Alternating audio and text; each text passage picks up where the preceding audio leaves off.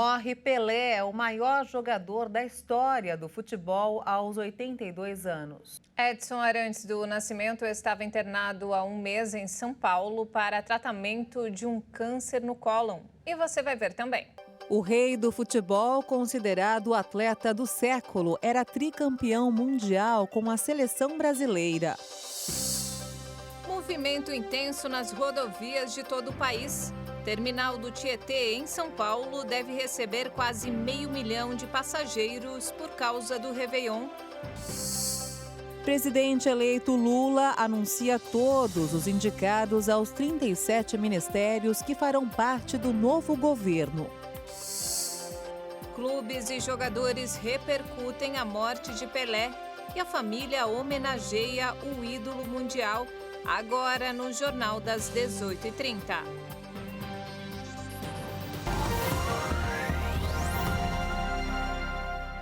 Olá, boa noite. São 18 horas e 33 minutos pelo horário de Brasília. Boa noite. Você acompanha agora as principais notícias do Brasil e do mundo desta quinta-feira.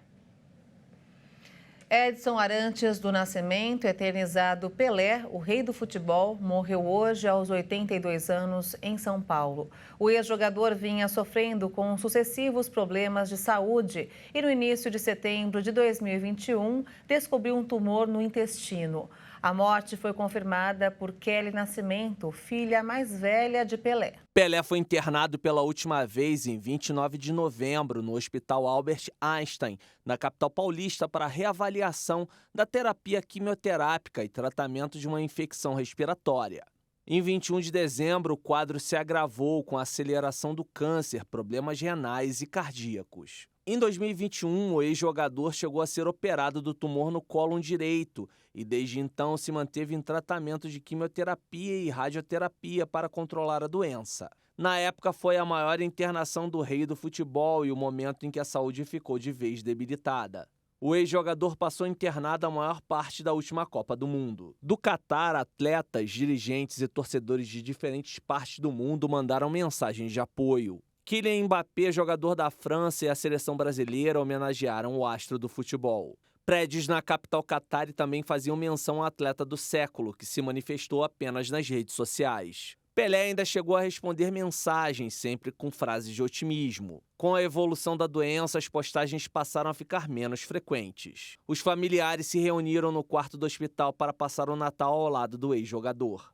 Pelé deixa a mulher, Márcia Ock, os filhos Kelly e Cristina, Jennifer e Edinho, frutos do relacionamento com Rosemary do G-Showbi, Joshua e Celeste, do relacionamento com a Síria Seixas Lemos, e Flávia Kurtz, de um caso extraconjugal. Sandra Regina Machado, também filha de um caso extraconjugal, morreu em 2006, 10 anos depois de ter reconhecido a paternidade. O futebol brasileiro tem vários personagens, mas nenhum deles teve o protagonismo do Pelé.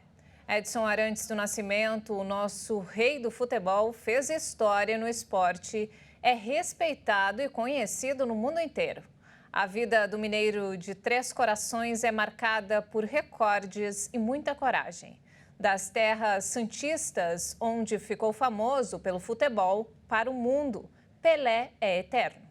Pelé nasceu no dia 23 de outubro de 1940, na cidade mineira de Três Corações. Saiu de um Brasil real para virar lenda planetária.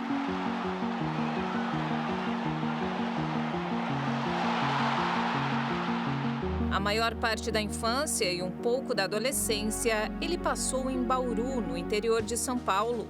Teve inclusive uma passagem por um time da cidade. Aos 15 anos de idade, Pelé chegou no Santos, onde assinou o primeiro contrato. Ninguém imaginava que ele se tornaria o maior jogador de futebol de todos os tempos e ajudaria o time a conquistar tantos títulos. A era Pelé tornou o peixe praticamente imbatível. Na década de 60, o rei à frente do Santos conquistou 24 títulos com a mesma camisa, sendo 2 Libertadores e 2 Mundiais. Se tornou o melhor jogador do Brasil e pouco tempo depois do mundo. Dos 1.281 gols que marcou na carreira, foram incríveis 1.091 gols só com a camisa do Santos. Pelé jogou em 66 países, fez gols em 54. Ninguém fez tanto pela imagem do Brasil como aquele que tinha o dom de fazer diplomacia com os pés. O que fez vestindo branco e preto desde o princípio o levou a usar amarelo e azul. Pelé reinventou o futebol e o significado da palavra precoce. Um ano depois de deixar o infantil de Bauru, lá estava ele estreando na seleção brasileira principal aos 16 anos. Pouco tempo depois, Pelé era campeão do mundo aos 17 anos. Como um menino do interior do Brasil, ele chorou. Nem foi príncipe, já era rei. Pelé era como um imã. Em torno do seu campo magnético, estrelas e astros do cinema, da música e da televisão. Para o rei, não lhe bastava o talento com os pés. Ele queria e podia mais. Ele saía das 4 linhas do gramado e encarava qualquer desafio. Um rei, um artista que deixou um legado sobre esperança. Respeitamos a todos, mas vamos acreditar no Brasil, Brasil.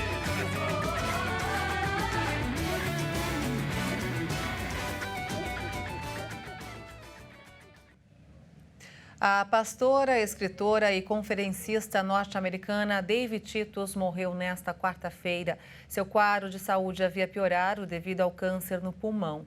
Nos últimos dias, ela estava reunida em sua casa com a família nos Estados Unidos. O repórter Leonardo Félix tem mais informações. A pastora Davy Titus morreu aos 75 anos de idade, vítima de câncer de pulmão. A notícia do falecimento foi confirmada nas redes sociais da conferencista e escritora. Uma nota oficial no Facebook disse o seguinte: Davy Titus foi para seu lar com Jesus nesta manhã.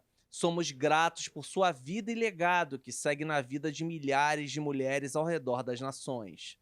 Por favor, mantenham a família Titus em suas orações. A pastora apareceu há alguns dias na internet falando sobre a evolução da doença e de como ela estava cada vez mais fraca, perdendo suas habilidades por causa do avanço do câncer. Davy Titus foi casada com o pastor e escritor Larry Titus por mais de 50 anos e está entre as mais reconhecidas conferencistas e escritoras cristãs da América do Norte.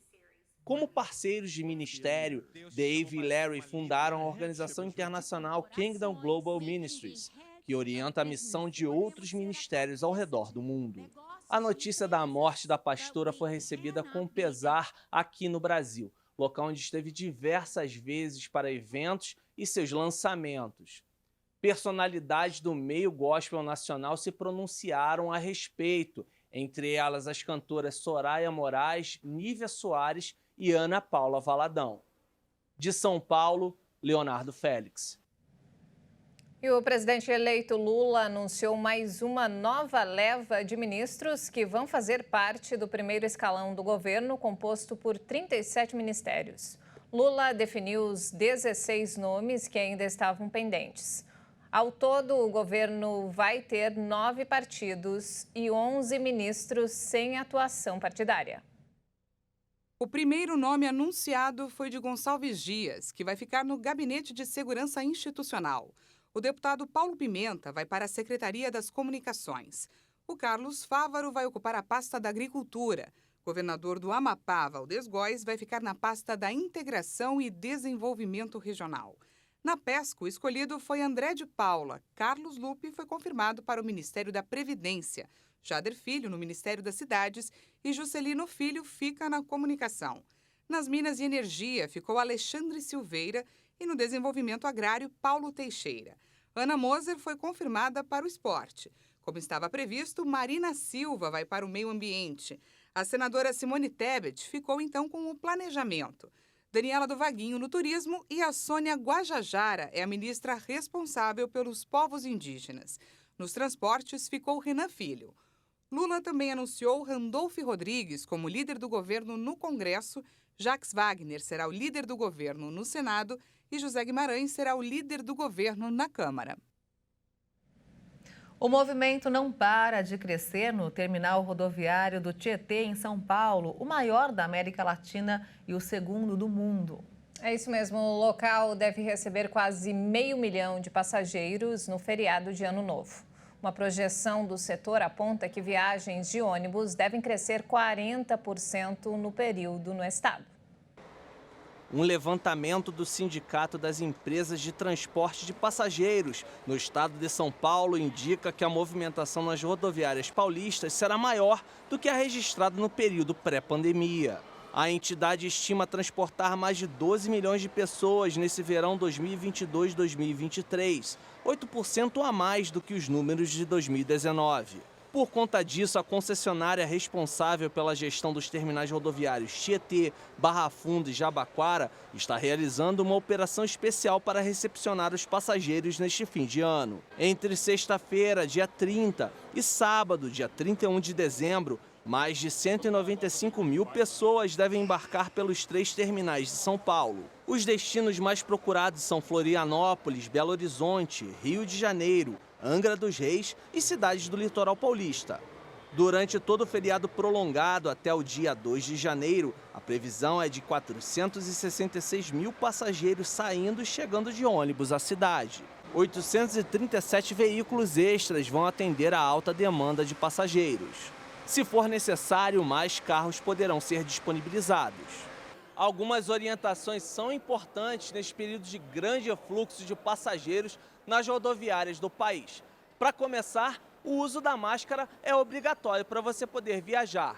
Chegue cedo, com pelo menos 30 minutos de antecedência.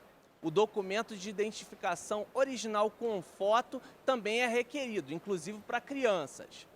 Os menores de 16 anos desacompanhados ou com terceiros precisam de autorização para poder viajar. E respeite os limites de bagagem. São 30 quilos dentro do bagageiro e até 5 quilos na bagagem de mão. Não deixe de identificar sua bagagem com etiqueta contendo nome completo e telefone. Para quem for viajar neste feriado, a concessionária recomenda que o passageiro viaje somente em transporte rodoviário regular para garantir sua segurança e comodidade. Se possível, compre com antecedência sua passagem nos canais online ou entre em contato com as empresas de ônibus para checar a disponibilidade de passagens e opções de datas e horários. E se apresentar algum sintoma relacionado ao Covid-19, entre em contato com a empresa e remarque a sua viagem. O prazo é de até 1 ano para remarcar a sua viagem. A remarcação e reembolso da passagem são feitos com até 3 horas de antecedência, diretamente com as empresas. E veja a seguir, Ucrânia relata novo ataque com mísseis russos. E ainda, clubes e jogadores repercutem a morte de Pelé e a família homenageia o ídolo. Nós voltamos em instantes, até já.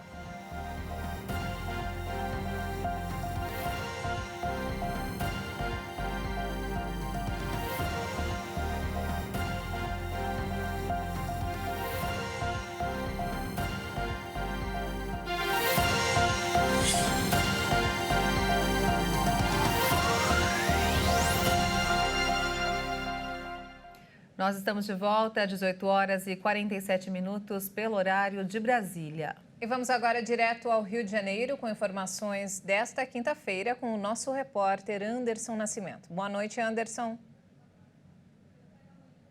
Boa noite, Maria Alice e Juliana. Incêndio atinge estabelecimento no centro do Rio. Uma loja de artigos domésticos foi atingida por um incêndio na Rua da Alfândega, no centro da cidade, na manhã desta quinta-feira. A fumaça pôde ser vista de vários pontos do centro. O incêndio aconteceu nas alturas dos Solares Pousada, na Saara. Equipes da prefeitura e 3 quartéis do Corpo de Bombeiro foram até o local. Não há informações sobre feridos. O prefeito do Rio, Eduardo Paes, assinou um decreto publicado no Diário Oficial na última terça-feira, que determina a instalação de sensores nos ônibus para monitorar as temperaturas nos coletivos. Os sensores devem ser instalados pelas próprias empresas até o dia 31 de julho de 2023. Segundo a deliberação, as concessionárias do sistema de transporte público por ônibus deverão operar com ar-condicionado ligado e em bom estado de manutenção, conforme a obrigação assumida no termo de conciliação firmado com o município do Rio de Janeiro em maio de 2018. A fiscalização desta determinação fica por conta da Secretaria Municipal de Transporte. Atualmente, 25 mil pessoas vivem com HIV no município do Rio e 23 mil fazem o tratamento em unidades de saúde da capital. Mais de 80% desses pacientes têm bons resultados, o que permite que vivam com a carga viral indetectável. Para ampliar o atendimento, um novo centro de tratamento médico é inaugurado no Rio de Janeiro. O Centro Especializado em Infectologia, o CEI, Valda do Borel, foi inaugurado na Praça da Bandeira, dentro da Policlínica Hélio Pellegrino, na zona norte do Rio. O CEI vai oferecer serviços de prevenção, diagnóstico, tratamento e exames a pacientes com doenças como tuberculose e HIV. A unidade de saúde, de acordo com a Prefeitura do Rio, pode atender 2.500 pessoas por mês. Além de infectologia, a população também vai receber atendimento em outras especialidades. O local vai ser também um polo de pesquisa e treinamento de profissionais do SUS. Maria Alice e Juliana, eu fico por aqui. Até amanhã. Obrigada, Anderson, pelas informações e até amanhã. E vamos agora ao mercado financeiro. O dólar comercial fechou em alta nesta quinta-feira, último pregão do ano, mas encerrou 2022 com queda acumulada de 5,32%. O fechamento do ano foi marcado pelo anúncio da lista completa de 37 ministros que vão compor aí o novo governo. A moeda norte-americana subiu 0,47% e encerrou o dia cotada a R$ 5,27 na venda. A Receita Federal paga hoje restituições do imposto de renda à pessoa física de lote residual para mais de 488 mil contribuintes. Neste lote, o valor das restituições é de mais de 903 milhões de reais. Os lotes residuais são de contribuintes que caíram na malha fina e regularizaram as pendências. O valor da restituição é atualizado pela taxa Selic a partir do mês seguinte ao prazo final de entrega da declaração até o mês anterior ao pagamento, mais 1% no mês do depósito. Do total, 235 milhões e 610 mil reais serão destinados a contribuintes com prioridade. 4.613 idosos acima de 80 anos.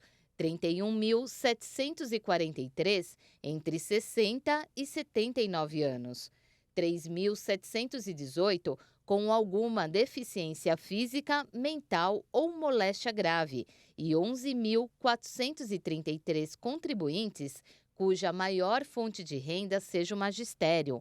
Foram contemplados ainda 437.130 contribuintes não prioritários. O pagamento da restituição é feito diretamente na conta bancária informada pelo contribuinte na declaração, de forma direta ou por indicação de chave Pix.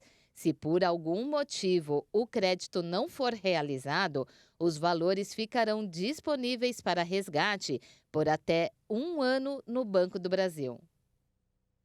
E agora vamos falar sobre o conflito no leste europeu.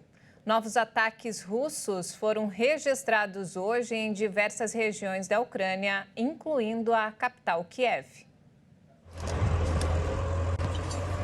Cerca de 40% da população da capital ucraniana ficou sem eletricidade nesta quinta-feira. Foi o que anunciou o prefeito de Kiev, Vitaly Klitschko, depois que várias cidades do país foram alvo de ataques aéreos. O comando das Forças Armadas Ucranianas disse que sua defesa antiaérea conseguiu derrubar mais de 50 mísseis russos.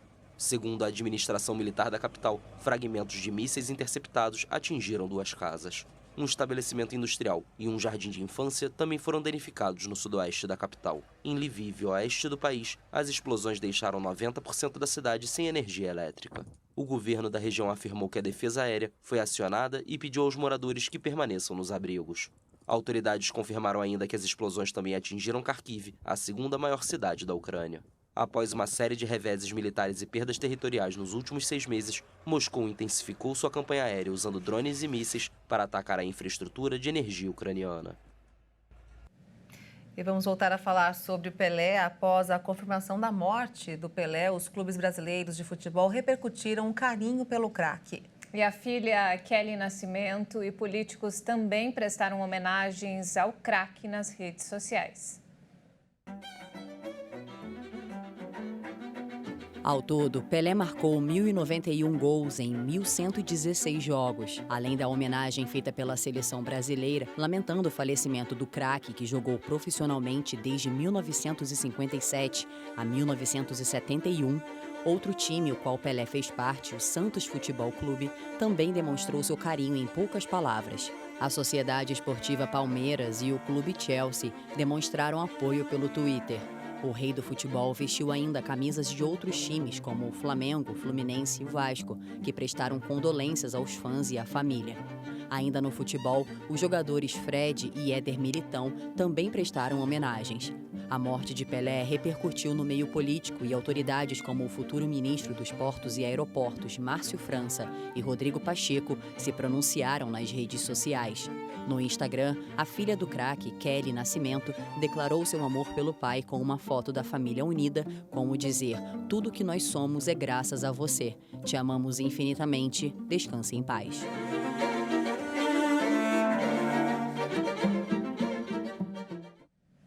Pelé comprou um espaço no Memorial Necrópole Ecumênica em Santos, no litoral de São Paulo, há 19 anos. Na data da aquisição, o craque do futebol disse que o local não parecia um cemitério e que transmitia paz espiritual e tranquilidade. Pelé escolheu o 9º andar com vista para o estádio urbano Caldeira, Vila Belmiro, em homenagem ao pai, que usava a camisa de número 9 nos tempos de jogador. Lamentável a morte do craque. Sim. E não temos mais tempo, essa edição fica por aqui. Mais informações ao longo da nossa programação. Obrigada pela companhia e até mais. Obrigada pela sua companhia, uma boa noite para você e até amanhã.